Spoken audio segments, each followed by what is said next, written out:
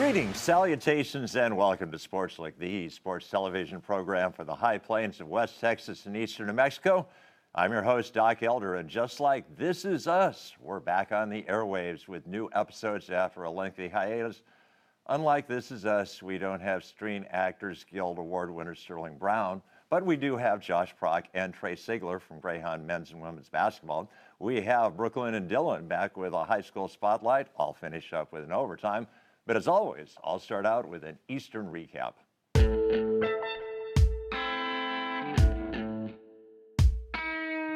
Greyhound track and field. Their season starts tomorrow. They've got an indoor meet at Texas Tech University. Greyhound softball, their season starts next Friday. They're going to be playing against Western Oregon. And Greyhound baseball, they start next Friday against Hannibal Lecter. No, actually against Hannibal Grange. And you're saying, that's a university? Yeah, located in Hannibal, Missouri. Well, that has been your Eastern recap, so we'll clear the set and we'll bring in our first guest, Josh Prock. Right now.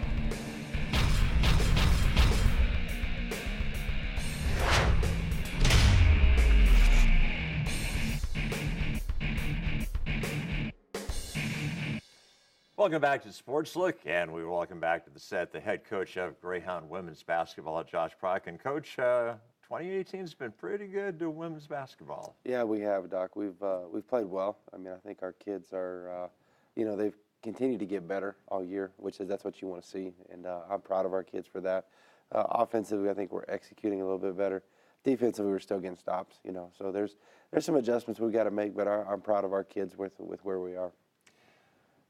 5-5 after the first trip through the Lone Star Conference, but a lot of people don't realize maybe that you started off 0-3, so you've gotten 5-2 the last 7 games of the first half of the season. Yeah, and you really look at it, we also had Commerce down double digits, had a chance to win that game. They got us in overtime. So, I mean, there was 2 or 3 games there that we had a chance to get that, and so didn't really finish the first half like we wanted to. We thought we'd do maybe a little bit better, but this is, I mean, I think we were talking before, we started the show, Doc. This is by far the toughest the Lone Star's ever been. I mean, just top to bottom. It's crazy tough, crazy competitive, and you got to bring it every night.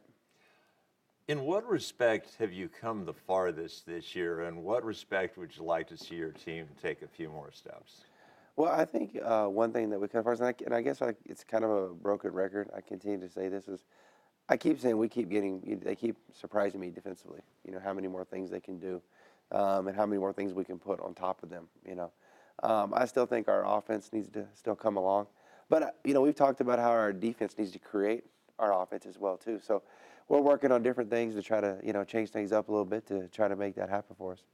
Well, the last home game that you had was last Saturday against Angelo State, one of the biggest comebacks I've ever seen. Down 26 points in the second half, you cut it to 3 there at the end. Well, I think it shows the character of our young ladies, that they never stop fighting, and that's the one thing that I'm really proud of these kids, is that we've gotten down before this year, but they never stop fighting. They never, and I think that's character, we had a shot there to win it in the end. I mean, you really couldn't ask for a better shot, and I know Kaylee hated to miss that, and, she was pretty broken up about it, but, she played well throughout the game, so we wouldn't have been in that position if it wasn't for her as well, too. So, she's going to get her head back up and continue to go on, and she's had a great freshman season. Coach, there were a lot of people in attendance, and some of the people there worked for KENW. We've got some great highlights, so why don't we cue up the reel, and would you walk us through it, please? Absolutely. Love to.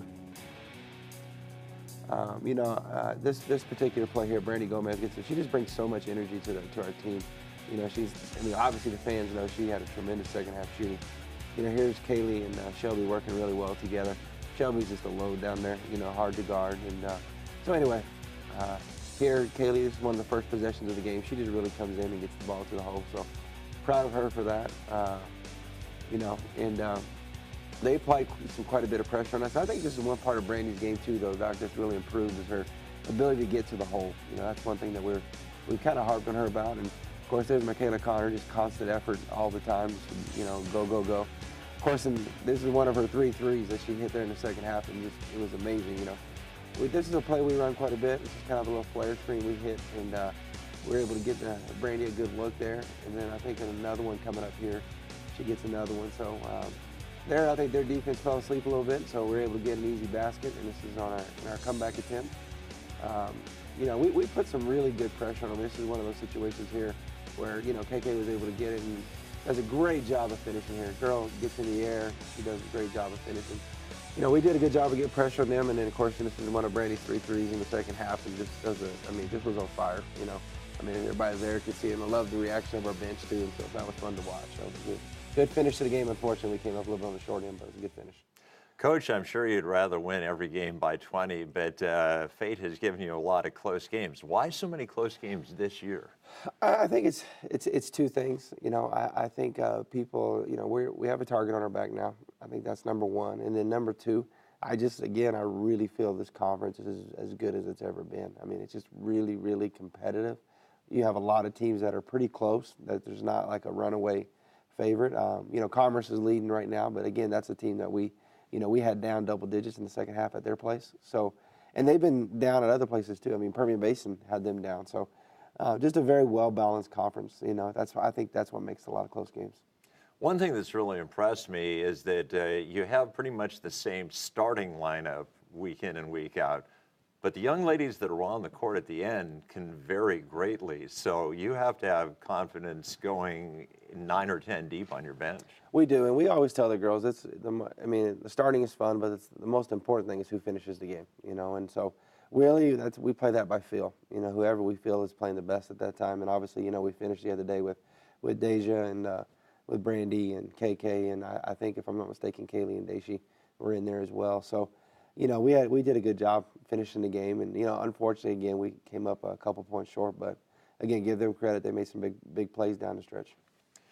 I would say the rest of the season definitely favors you. I mean, you know, tough road trip to WT, but a lot of the tough teams, you get to play them at our place the second half of the season. Yeah, and I think that helped last year too, because, you know, it's kind of flip-flop. Last year we got off on a 10-0 start. Well, we had the tougher road games in the second part of the season, you know, and the tougher home games and things like that. So this half was the tougher half. And last year we finished 6-4, and this year we started 5-5. So there's not really a big difference. We just got to try to finish really, really, really fast. And if we do, I mean, I like our chances when we get to Frisco for the Lone Star tournament. Who was the big surprise for you during the first half of the Lone Star Conference season? I think that's a great question, Doc. I mean, I would probably throw out there, you know, 2 or 3 kids. I mean, we all knew what Brandy Gomez could do, but still, I mean, to the level that she's doing it at is a pretty high level. A freshman that I think is playing very well is Kaylee Edgman. She's been coming on and made some really big shots for us. I mean, you know, we don't want to forget to mention, I mean, you know, Michaela Connor and Daisha McCants, and those kids have always, you know, done really well and continue to produce every game. But I think Shelby Jones has come on too. You know, and she's a really, really tough matchup for people because she's so strong and really doing a better job of finishing. So anyway, long story short, I think those kids. Well, Coach, best of luck during the second half of the season. We'll encourage people to come out and watch your ladies play. They won't be disappointed. No, they won't, Doc. Our kids continue to play, so thank you very much. All right, well, that is going to wrap up our first interview segment. So what we'll do is we will clear the set and we'll cue up a high school spotlight right now.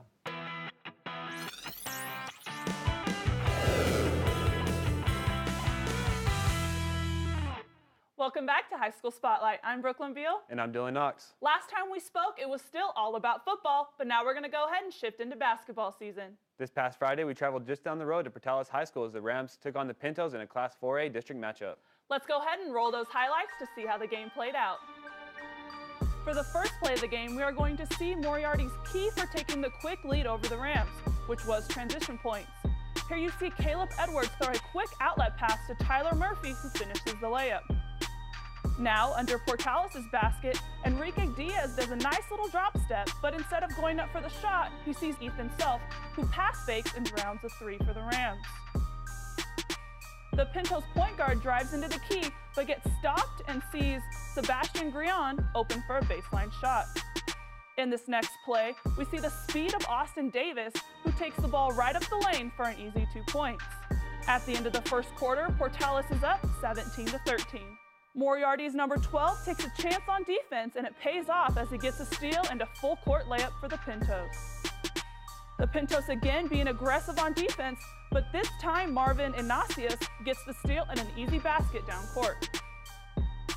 Braden Bridges now with the ball as he shoots a fadeaway three right in front of Izaiaz. Isaac Gomez tries to power his way down low and shoot a little baby hook, but Izaiaz blocks the shot and the Pintos get another transition play. Tyrese Dawson goes baseline and with some finesse shoots over Matthew Soto for a basket. Soto now on the offensive side of things, he finds his teammate Izaiaz down low and he's able to lay one in. Portales desperately needing some points on the board, so Dawson gets the handoff from Diaz and makes the long three-pointer. Rion dribbles in and takes a shot from the top of the key, but it doesn't fall and his teammate Izaiaz fights for the rebound and is able to get the basket and fouled on the play.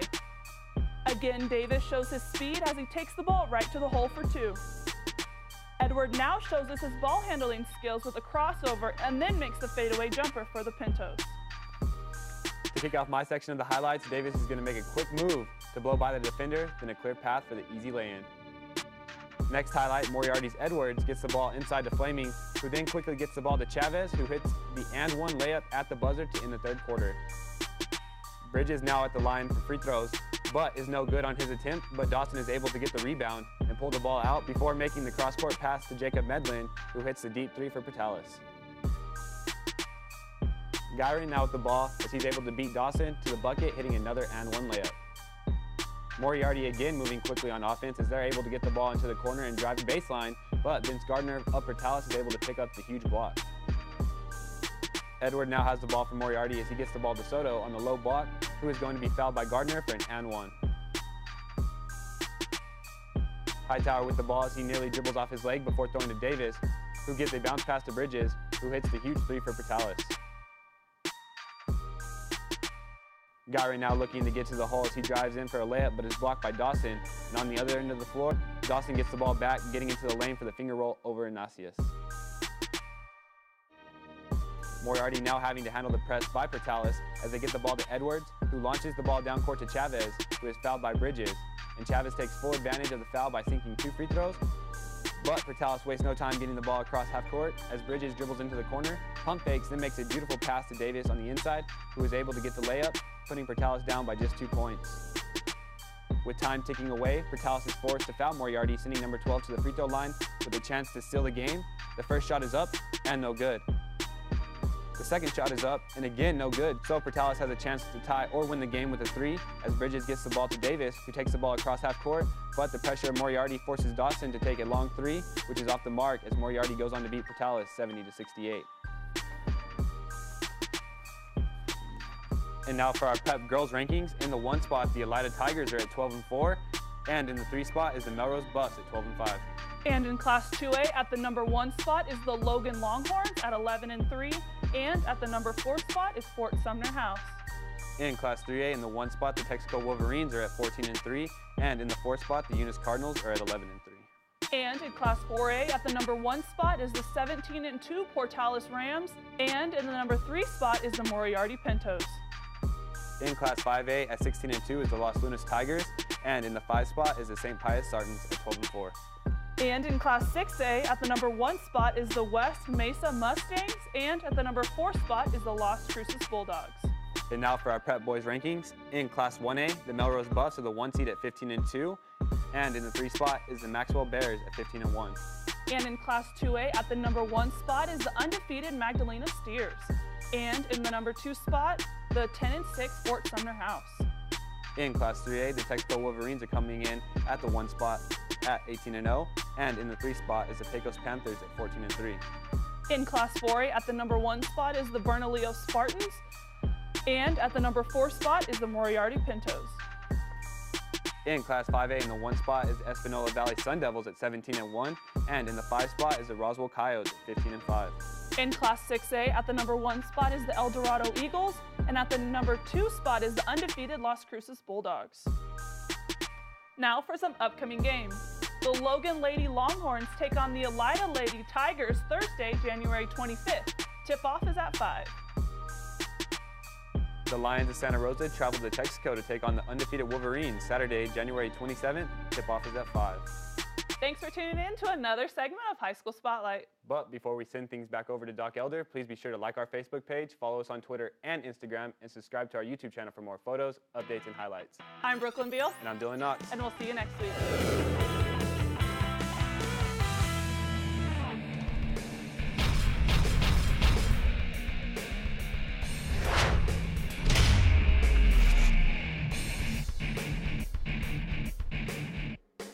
Welcome back to SportsLook. Thanks to Brooklyn and Dylan for that high school spotlight. And now let's take it up a notch. Let's go back to the college ranks, talk with Trey Sigler, the head coach of Greyhound men's basketball. And Coach, I'll say the same thing to you that I said to your counterpart, Josh Prock, a couple of minutes ago. 2018's been pretty good Greyhound basketball. It has, Doc. You know, we spoke before the year turned that we really wanted it to be a new leaf turning over for our program. You know, I think my kids know the expectations, and I've been very proud of them all year for facing them. We've never backed away from challenges, but I think in the beginning of the year there was still a bit of a gelling that was going on with our team. We still were trusting people, trying to figure out how to to serve each other first instead of being selfish first. And so I think we figured a lot of that stuff out.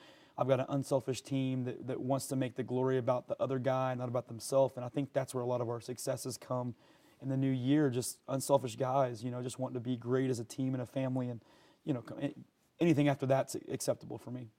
And looking back on it, it's kind of weird. The games were technically a year apart, even though they were only 3 days apart. I would point to your game against Lubbock Christian and your game against Western New Mexico and say, those were the games that really turned your season around. I do. I agree. It's so funny. Even at practice tonight, just a few minutes ago, use both those games as examples in saying very similar things to what you just mentioned. Yeah, I do. I think that Lubbock Christian win, that Lubbock Christian team was a very good team, and I think that was a time in our season where the belief in our principles and how we are going to be the dedication to our identity, seeing that have success in that game, I think it proved to our team, that as long as we'll live up to that every game, we have a chance to win. And so, you think about the great coaches across Division I, the Tom Izzos, the Krzyzewskis, the Caliparis, even back to the Woodens. They're very characterized by a certain style of play and a certain way of doing things. And I'm in no way in that category. I'm never. Oh, sure you are. Yeah. But I do think that I want these guys to understand that Greyhound basketball already has an identity. We just have to live it out. And so this university, this community has an identity. And I've tried to align those, and I think that's starting to happen. And I think that's why our community is supporting us more. Even now, our last crowd was great, and it was enthusiastic.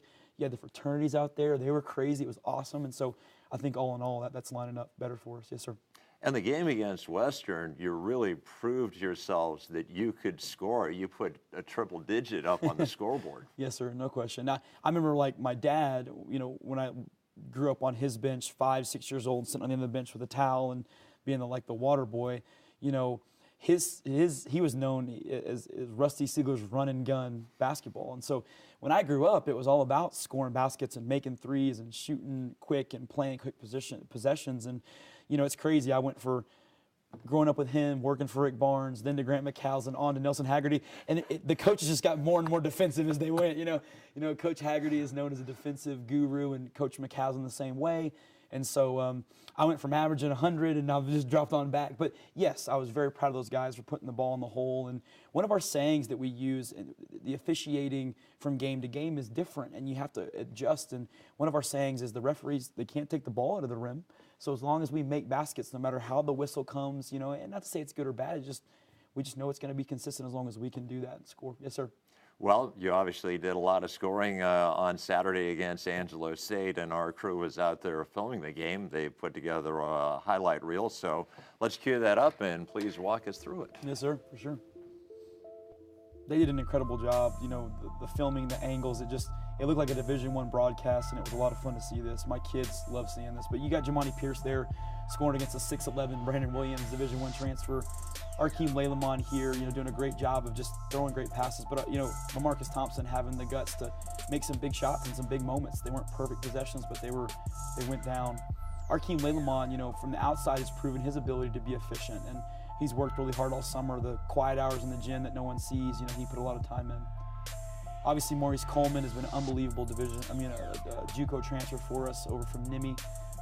in Roswell, and he's done a great job of stirring the drink. And I think he had 16 this game, a lot of assists, 6 assists. So he just kind of made things happen for us. Here you see LaMarcus kind of calming us down. Great spacing here by Jamani Pierce. And as a pick and pop forward, he stretches the floor, and it's really hard to guard the three-point line and the paint. He's got a quick release. Oh, for sure. LaMarcus here, the great skip pass here. You see some ball movement. Nick Brown being really unselfish, could have made that layup. He gives it up to a teammate, and everyone gets a piece of the action, and it makes us more successful. That move Mo has used several times, that slide dribble, leads to Isaac's dunk, and that was an exclamation point for us.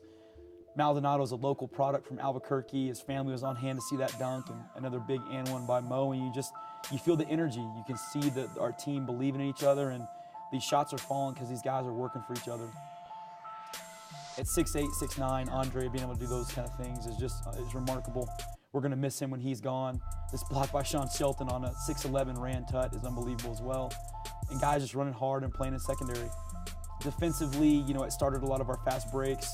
You see the dunk here by Zach Parker, and just an awesome finish to an awesome, fast break on defensive concepts. What a play here, Doc. 1 second on the shot clock as it goes through. Just got to have guts to make shots like that, and those guys do. Awesome highlights. This team, you can't say enough about this team that did the highlights for us, and it felt like a Division I game. Every time I looked up, there was a camera angle following us, and it just felt like the big time, so it's really, really special. Coach, last year at this time, as we make the transition from the first half of the Lone Star Conference season to the second half, you guys only had 1 win. You got 3 wins, and if fate had been a little kinder, you could have beaten Charlton at Stephenville. You could have beaten, there were so many games. Yes, sir. What's the difference? I think urgency, we spoke about that word before in some of your radio broadcasts. I think the kids are starting to understand that urgency is a part of everything you do in the Lone Star. I think the Big 12 right now is going back to that. I think, you see these games, West Virginia being ranked, Kansas, Texas having a come-on season, A&M being nationally, a lot of those schools that were old school Big 12 schools, obviously A&M joining the SEC, but those names are starting to rise to the top of college basketball. And what you're seeing is if you're not ready to go play in the Big 12 or the SEC, you're going to get beat sometimes by 20.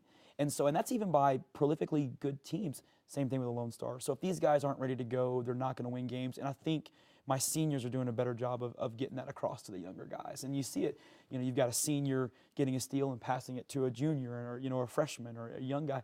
And so I think that mesh point has been great for our team in this second half. I had a feeling going into the season that L.A. Thompson was going to be one of your go-to guys. I figured Arkeem was going to be solid for you on the post. There have been some guys that have surprised me. Who have been the most pleasant surprises for you? Man, and I'll kind of backload this answer. To say I'm surprised, it's almost to say I didn't think they could. So, I want to vet it in knowing that I believed in all these guys. But I think that in these last few games, Nick Brown has been both a statistical good player, but he's also been quietly doing the dirty work that it takes to win games. You see that pass he made right there. Without Nick getting to the paint, the play doesn't exist, and without him dropping an easy playoff, Arkeem's numbers aren't quite as good. So obviously, Doc, we knew what Maurice Coleman could be, but he has lived up and then now beyond that. Zach Parker, I feel like, is a guy coming in that's evolved a couple different times. He was known as a jump shooting, three-point shooter in JUCO, and here he comes to Eastern New Mexico, and he's had several plays in and above the rim that are kind of that dunk right there, kind of razzle-dazzle moments that no one really gave him credit for. Now, obviously, as we recruited him, we saw that in him, but I'm very proud of those guys for continually growing and evolving. And so now what you're seeing is, the rest of our league being like, wow, where'd these guys come from? And so, but credit to Coach Wayman for great recruiting. He sees in these guys, and we believe in these guys, and so now they're bringing it out, and it helps. And what can you say about Isaac Maldonado? Last year, bless his heart, he tried, but yes, sir. Just didn't do. This year, he's effective. It's been so fun watching him, and that dunk he had. I wish there had been a camera, and there might have been. We might have an angle on it, but on the bench, our guys love Isaac, and Andre and Isaac are big brother, little brother. It's basically like stepbrothers because they're both goofballs, but. Isaac brings a levity to practice every day, a joy, a love. And so when he has success, it literally multiplies through all of us. And that's been a key of all of our team this year is that any joy that anybody feels, we want to spread it as much as we can so that, we build on those moments and we keep going. But Isaac, you can't say enough about him. And you saw Doc even in the Arizona game, the Mexico State game. his willingness at 6'5" to be physical is unbelievable. There's some 7-foot dudes from Arizona that still have some, some backaches from Isaac Maldonado. And so what a great thing. I think it speaks to the toughness of New Mexico and New Mexico basketball, and I'm glad we got him, and hopefully we can find some more young kids in the state that'll be just like him in the future. Well, Coach, congratulations on the success to date, and let's hope this year we see you in the LSC playoffs. Let's go, Doc. You know it. Thank you. All right. Well, that is going to wrap up the interview segment of SportsLook. So what we'll do is we'll clear the set, and I'll finish up with an overtime right now.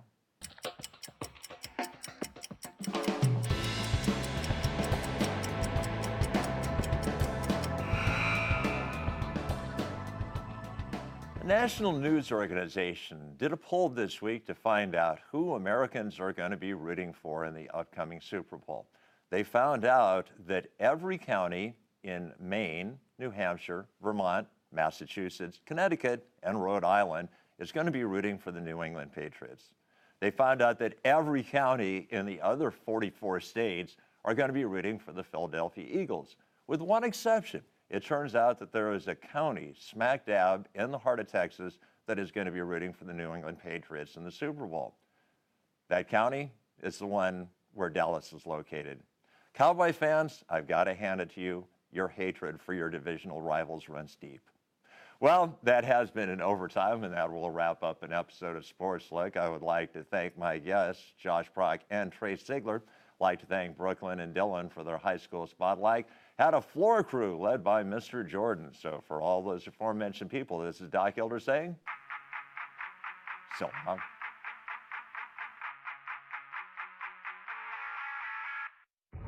But before